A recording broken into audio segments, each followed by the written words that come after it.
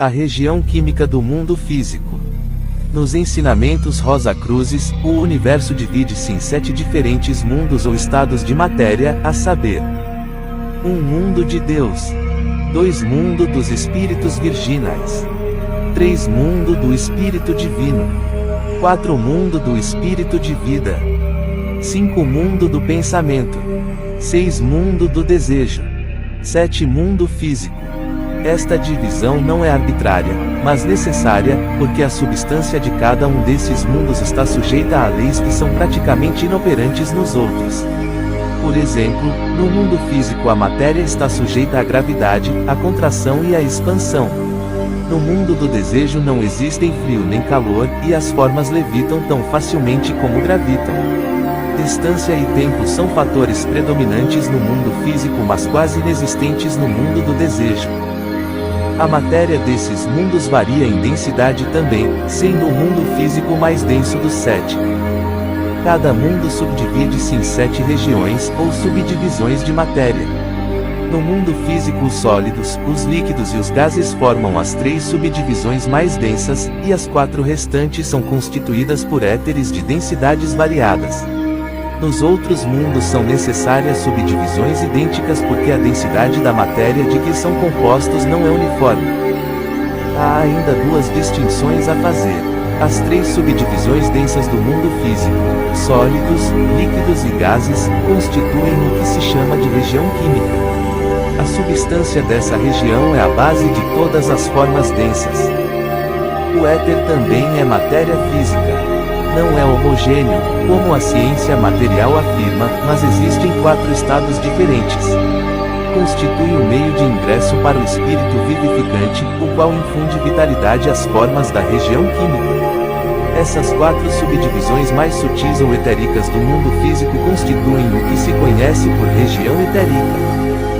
No mundo do pensamento as 3 subdivisões superiores são a base do pensamento abstrato. Daí o conjunto ser chamado região do pensamento abstrato. As 4 subdivisões mais densas suprem a matéria mental com a qual incorporamos e concretizamos nossas ideias, sendo portanto denominadas de região do pensamento concreto. A cuidadosa consideração dada pelo ocultista àquilo que caracteriza o mundo físico, poderia parecer supérflua, não fosse o fato de ele encarar as coisas sob um ponto de vista amplamente diferente daquele do materialista. Este reconhece apenas 3 estados de matéria: sólido, líquido e gases. Tais matérias são todas químicas, já que derivam dos componentes químicos da Terra. Dessa matéria química constituíram-se todas as formas: mineral, vegetal, animal e humana, daí serem esses corpos tão químicos como as substâncias assim comumente chamadas.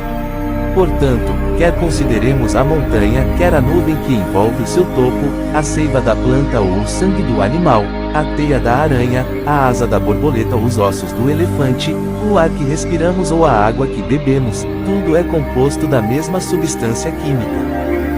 O que determina, pois, a conformação dessa substância básica nas múltiplas variedades de formas que observamos ao nosso redor é o Espírito Universal Uno, expressando-se a si próprio no mundo visível sob a forma de 4 grandes correntes de vida, em variados graus de desenvolvimento. Este quádruplo impulso espiritual modela a matéria química da Terra na variedade de formas dos 4 reinos: mineral, vegetal, animal e humano. Quando uma forma serviu ao seu propósito como veículo de expressão para as 3 correntes superiores de vida, as forças químicas desintegram essa forma. Então a matéria pode voltar ao estado primordial, ficando assim em disponibilidade para a constituição de novas formas. Consequentemente, o espírito ou vida que modela a forma numa expressão de si mesmo é tão estranho ao material que usa, como o carpinteiro é estranho e pessoalmente independente da casa que constrói para sua habitação. Como todas as formas mineral, vegetal, animal e humana são químicas, logicamente deverão ser tão mortas e desprovidas de sensação como a matéria química no seu estado primitivo. Os Rosacruzes afirmam que sim. Alguns cientistas sustentam haver sensação em todos os tecidos, vivos ou mortos, pertencentes a quaisquer dos 4 reinos. Nesta afirmação incluem até, como capazes de sentir, as substâncias ordinariamente classificadas como minerais. E, como prova, apresentam diagramas com curvas de energia obtidas em experiências. Para outra classe de pesquisadores a sensação não existe nem mesmo no corpo humano, excetuado o cérebro, que é a própria oitoide da sensação. Assim, dizem, se ferimos um dedo é o cérebro, não o dedo, que sente a dor. Desta maneira, neste como em outros pontos a casa da ciência está dividida contra si mesma. A posição de cada oponente é parcialmente correta, dependendo do que se entenda por sensação. Se significar uma simples resposta aos impactos, tal como o rebote de uma bola de borracha atirada ao chão, é exato atribuir-se sensação ao mineral, à planta e aos tecidos animais. Mas se querem significar prazer e dor, amor e ódio, alegria e tristeza, seria absurdo atribuir-luz às formas inferiores de vida, a um tecido orgânico solto, aos minerais em seu estado natural, ou mesmo ao cérebro, porque tais sentimentos são expressões do espírito imortal ou autoconsciente, enquanto o cérebro é apenas o teclado do magnífico instrumento em que o espírito humano executa a sinfonia de sua vida, da mesma forma que um músico se expressa em seu violino.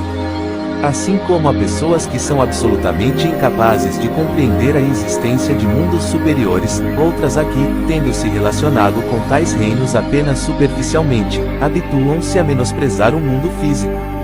Semelhante atitude é tão errônea quanto a do materialista. Os grandes e sábios seres, que executam a vontade e os planos de Deus, colocaram-nos neste mundo físico para aprendermos grandes e importantíssimas lições que só nestas condições seria possível aprender. E nosso dever, portanto, empregar o conhecimento que tenhamos dos mundos superiores para aprender o melhor possível as lições que este mundo material tem para nos ensinar.